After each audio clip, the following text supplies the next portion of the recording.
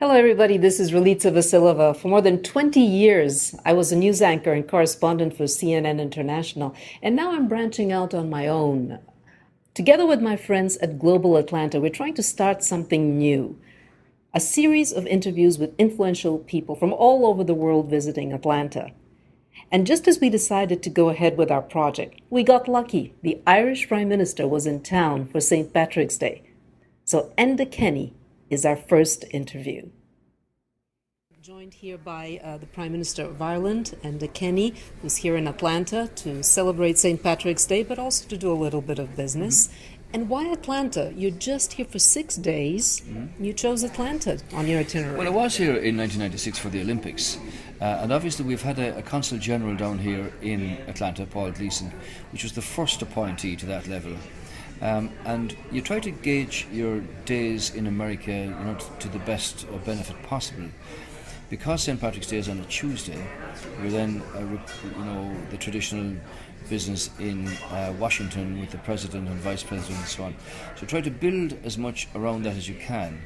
And it was appropriate to come to Atlanta for a couple of days and get involved with the meetings with the political process, business, Irish diaspora, American connections, and so on. So I have to say, I like this city.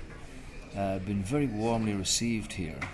The Irish are very good mixers, and there's a great intercultural connection here in Atlanta, Georgia. So that's why I'm here, and I'm very happy with the response that we've had.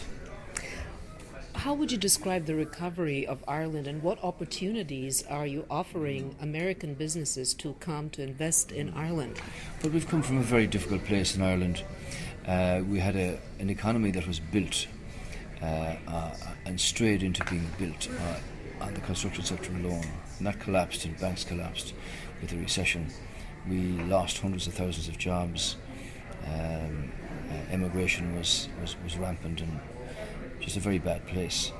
So government was elected just over 4 years ago, and we set out a clear plan and a clear strategy to rectify this. My consideration is that the people said to me, your mandate now is to fix our public finances and put our country back to work.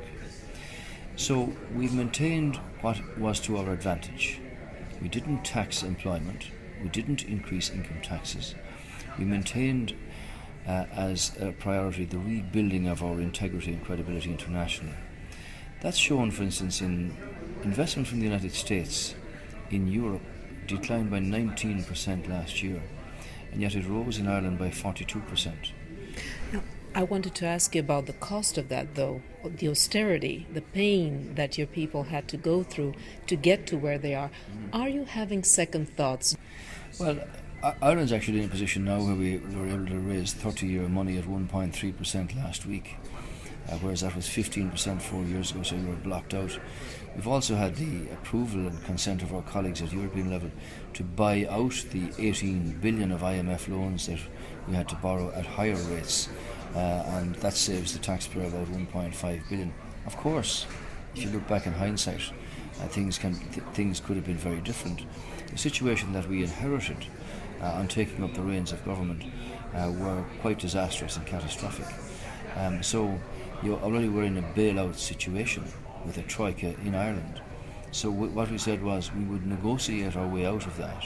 We would put in place the structures at a European level that wouldn't allow for this to occur again, and that we would continue to focus on improving the business environment in Ireland, on restoring access to credit, and dealing with the mortgage distress of so many people, and on creating opportunities for jobs, because jobs are the only route out of poverty and despair, and give people the opportunity to have financial independence, the integrity and dignity of having a job, and therefore a contribution to themselves and to their country. I wanted to get your opinion on what is happening with Greece. There's a new Greek government which says this austerity is unworkable. We have to change the bailout conditions. Where do you stand from your experience? Well, from my experience, I said this to the Greek Prime Minister, Ireland is an example of a country that engaged in constructive negotiations when the Troika were in Ireland. So if we did not like something, we said, here's our position. we replace it with something else. For instance, Ireland reduced the VAT rate on the hospitality sector from 13.5% to 9%. But we did so by imposing a levy on the insurance business and the industry for a number of years. That stabilised the hospitality sector and created 35,000 jobs. So I was saying to the Greek Prime Minister, look, you can negotiate, one for the other, but focus on what it is that you want to do. So what do Greece want to do? They don't want to leave the Eurozone. They don't want to default. They don't want to leave the Euro. So what they do want is to have time and space to bring forward credible, sustainable programmes. And the European Council, including Ireland, support that.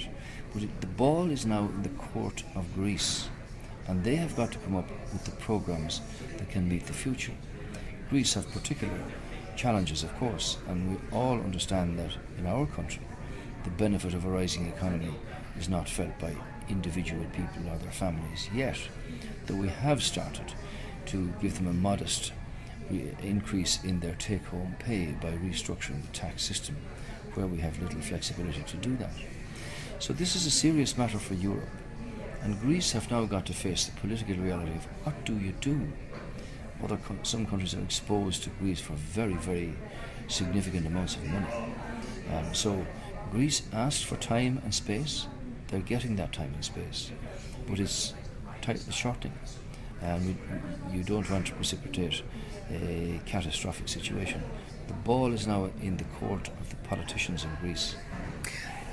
What about, I wanted to get back to Ireland. A big factor in the recovery has been the ability of Irish people to leave Ireland and find jobs in the United States. The United States is one of the key markets. You're looking for people to come and get jobs, people to invest in Ireland. So with the gridlock in the United States regarding immigration reform, where does that leave those Irish who are working here, whether legally or illegally, and your ability to draw people to Ireland? Well, Ireland has always been a country, as an island nation, we've been travelling to other countries for centuries, no less than to the United States. So the mix of culture and business and politics and music is very strong between our two countries.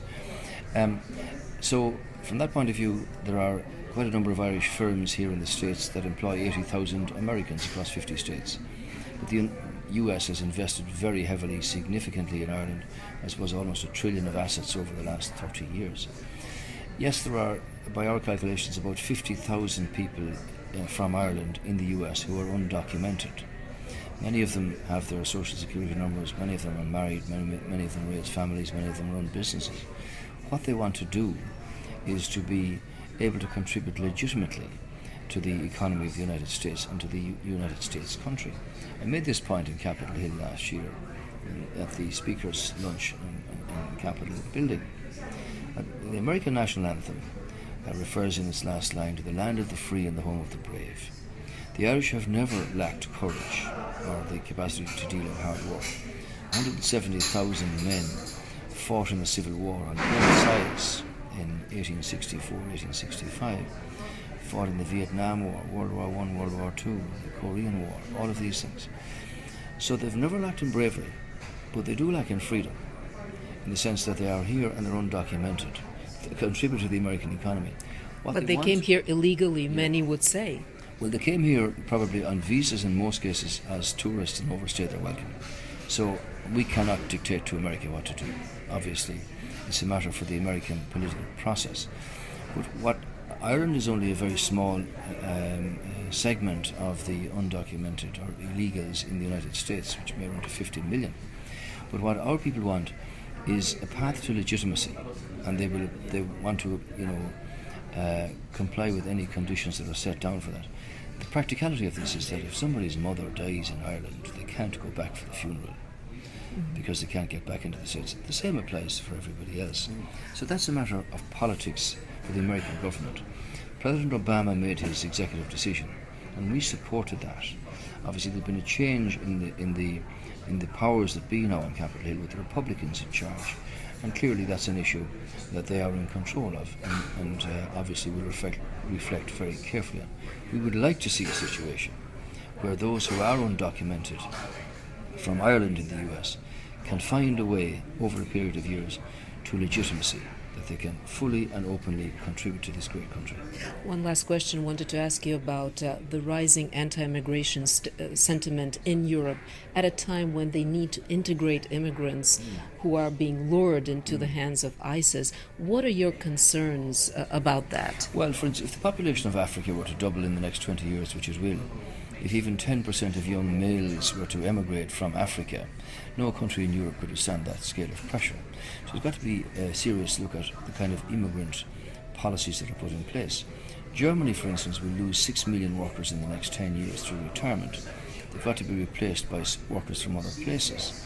That may well be from outside the European Union or whatever. So it is an issue that we need to look at. But you can't have a situation where boats are crossing the Mediterranean in very haphazard fashion, and thousands of people losing their lives from the Middle East and from Africa. That's not what we want. So it's an issue that Europe and European Council continue to discuss on a regular basis.